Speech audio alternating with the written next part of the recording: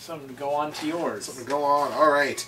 My number 2 is going to be Josh Koscheck. I want to make it very clear that I know Josh Koscheck isn't the asshole that he portrayed himself as on that season of The Ultimate Fighter.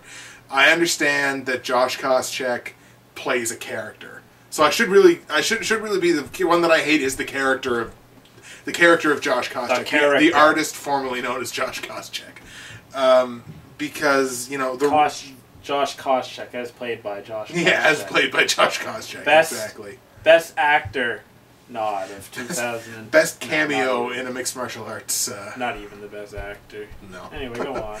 But so I mean, like, I understand that he plays a character. At the same time, it's a character he doesn't have to play.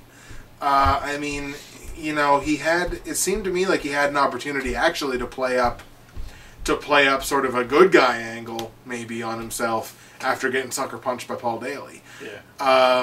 But you know, he didn't, and he decided to play the jerk off role that he, like I said, really doesn't have to play because it's not really who Josh Koscheck is. And Josh Koscheck will go on interview all the time and be like, "Well, people hate me because they think that I'm really the guy that I'm really the guy that they play." But I mean, you know, that's not who Josh Koscheck really is.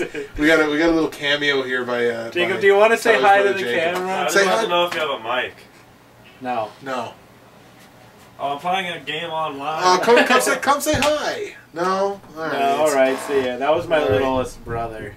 Man, we've had so many cameos on this video. Your cat's right there. The cat's beside eyeballing us. Anyway, go on. Yeah, People are probably bored. Yeah, people are definitely bored by now. So, like, yeah, Koscheck, I mean, he uses it almost as a criticism against the fans. Because he's like, well, you know, the fans don't get that, you know, that's not really who I am. You've given the fans no other reason to think that's not who you are. Like, that's my... I really got no problem with what Josh Koscheck does in the octagon. I actually think Josh Koscheck's a really good fighter. He's a good fighter. You know, he's maybe ultimately he's a welterweight gatekeeper. Yeah. But I mean, you know what? He's still a good fighter that can beat pretty much any welterweight besides GSP at any time. But for the character that you play, that you don't have to play, that you then use against the fans saying they don't really know you, Josh Koscheck, you're my number 2 on the year for fighters that I love to hate. And he's not good at the character. He's like watching like this season of Tough was embarrassing. Yeah. He's not clever when he's playing the bad guy.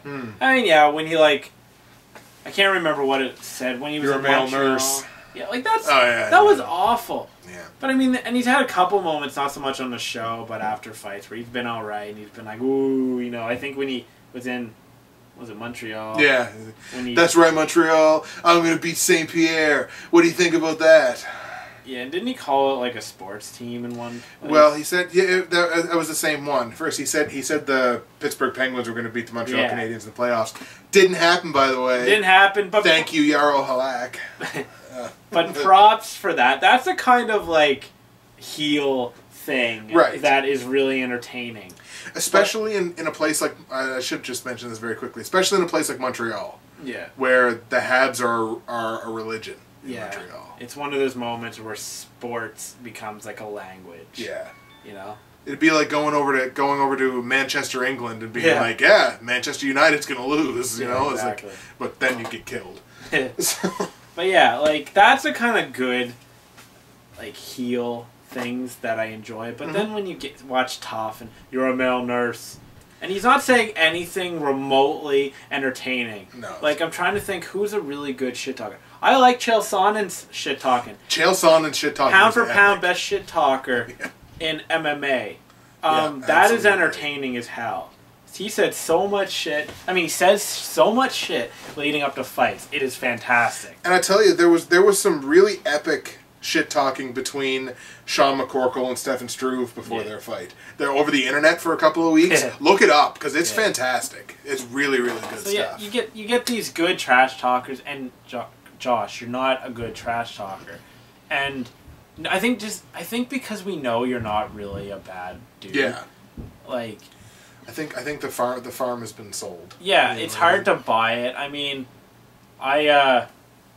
in his first fight with GSP, I know this because I read Fight Magazine, I think, and they had this one thing where they had a bunch of stuff that was said in the ring or the octagon or whatever, and this was one of them. Josh Koscheck, when there was 2 minutes left in a fight, and he was on his back, and GSP was doing his thing. Josh actually said, "Congratulations, George," and stuff. Yeah. Obviously, the dude's a nice guy. You don't play a good character though. Just don't do that. Like, you're a pretty good fighter. I think I could get behind you as a fighter if it wasn't for your character. Yeah. Yeah, absolutely. So good choice. Fire away. My number one is Tito Ortiz. I have never seen a guy who had such a bloated self-worth. And was so afraid of Chuck Liddell. You've had some good wins. But when it comes down to it, every time you fight, I just want to see you get your face pounded. Yeah. And unfortunately, your last fight, you didn't get finished, but you did get your face pounded a bit, so... With Hamill? Hamill. Yeah. Yeah. I don't like him because he just thinks he's... If any greatness you had, and that's arguable, I think. I don't personally think he's like a great whatever. Long gone. It's long gone, any greatness you had. No one gives a fuck. I don't think we can deny his relevance to mixed martial arts. Yeah. Because he's one of those guys who maybe due to his personality could cross over the entertainment spectrum. And yeah. Like, I mean, he had a couple of stints in TNA. Yeah. Where he was like special referee or whatever. That really helped him, Randy Couture, and Chuck Liddell. Probably the three main reasons that MMA is exploded on the mainstream that like it did. And tough, absolutely. You know. Who were the coaches in the first season? Yeah. Chuck Liddell and Randy Couture. Yeah. Like he's been relevant. He's had some good wins. Mm-hmm.